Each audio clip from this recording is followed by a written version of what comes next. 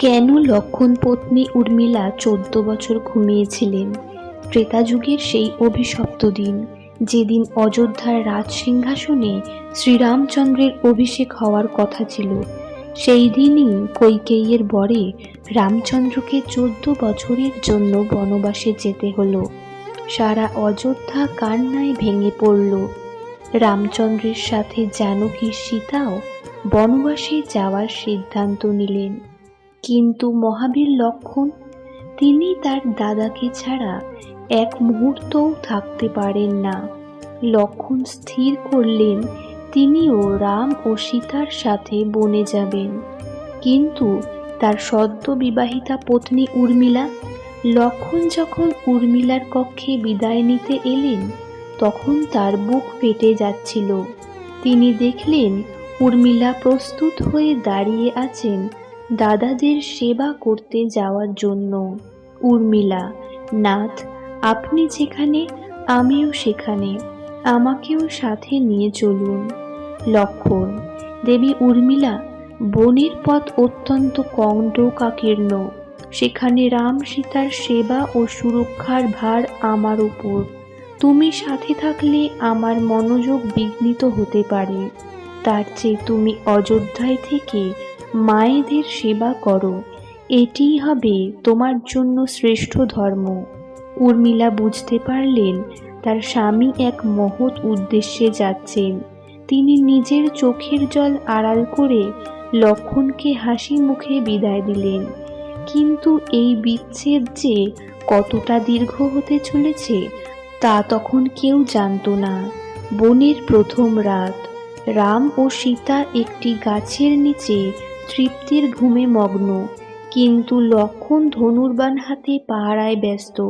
তিনি স্থির করলেন এই 14 বছর তিনি এক মুহূর্তের জন্যও ঘুমাবেন না, কারণ যদি তিনি ঘুমান তবে তার দাদা ও বৌদির সুরক্ষা বিঘ্নিত হতে পারে।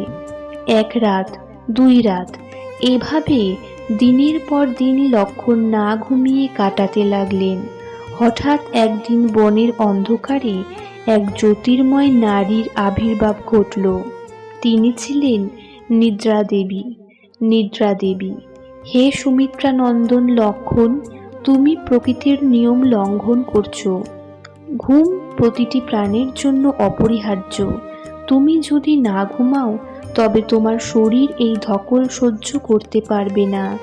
আমার কাজ হলো তোমাকে নিদ্রামগ্ন করা, আমাকে বাধা দিও না।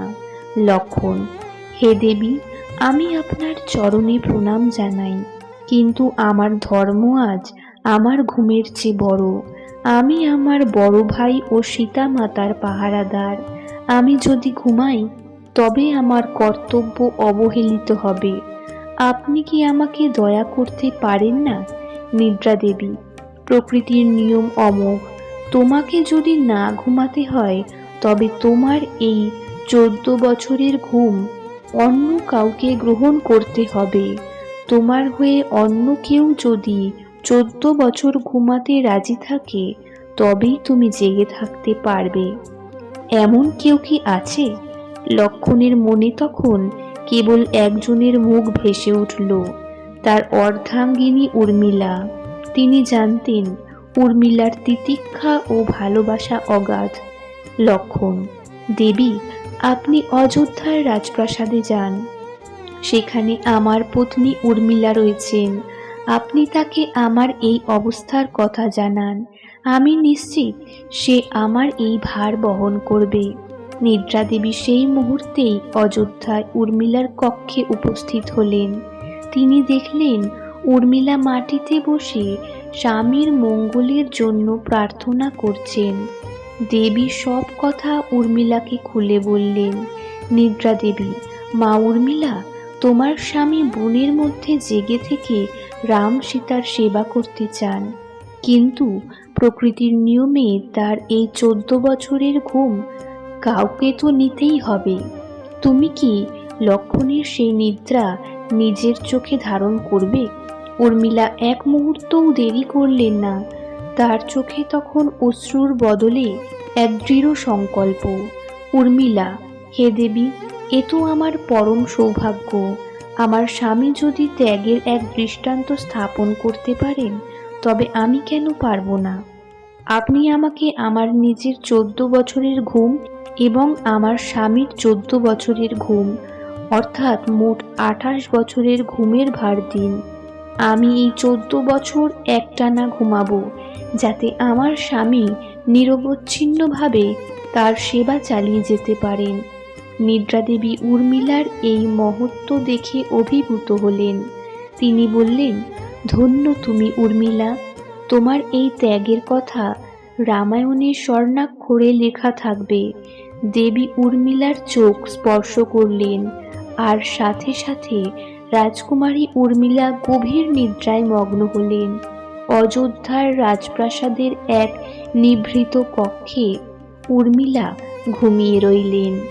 ঋতু পরিবর্তন হলো, বছর পেরিয়ে গেল। দশরথের মৃত্যু হলো, ভরত ও শত্রুঘ্ন রাজ্য শাসন করতে লাগলেন। কিন্তু উর্মিলার ঘুম ভাঙল না। মায়েরা এসে উর্মিলার শিয়রে বসে কাঁদলেন, কিন্তু উর্মিলার মুখে এক স্বর্গীয় প্রশান্তি ছিল, কারণ তিনি জানতেন তার এই ঘুমের বিনিময়েই লক্ষণ বনের মধ্যে শক্তি পাচ্ছেন। অন্যদিকে বনে লক্ষণ এক মুহূর্তের জন্য ক্লান্ত হননি।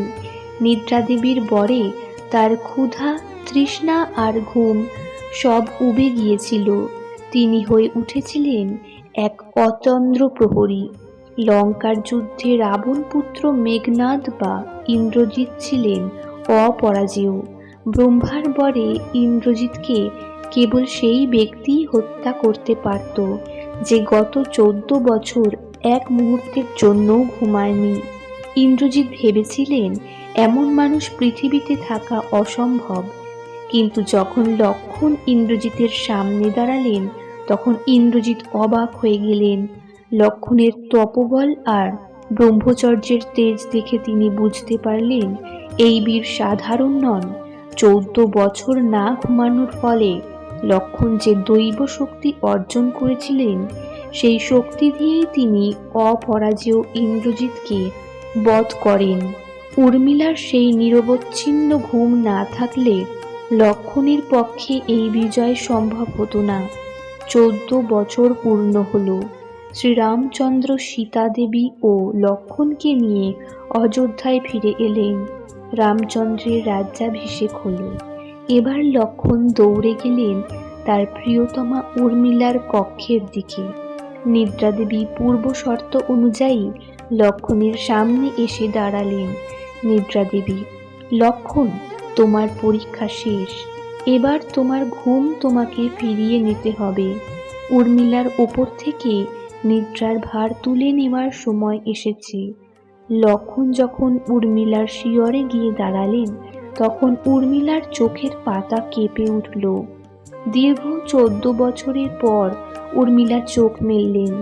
সামনে স্বামীকে দেখে তার চোখের কোণে জল এলো, কিন্তু তিনি কোনো অভিযোগ করলেন না। উর্মিলা, নাথ, আপনি ফিরে এসেছেন?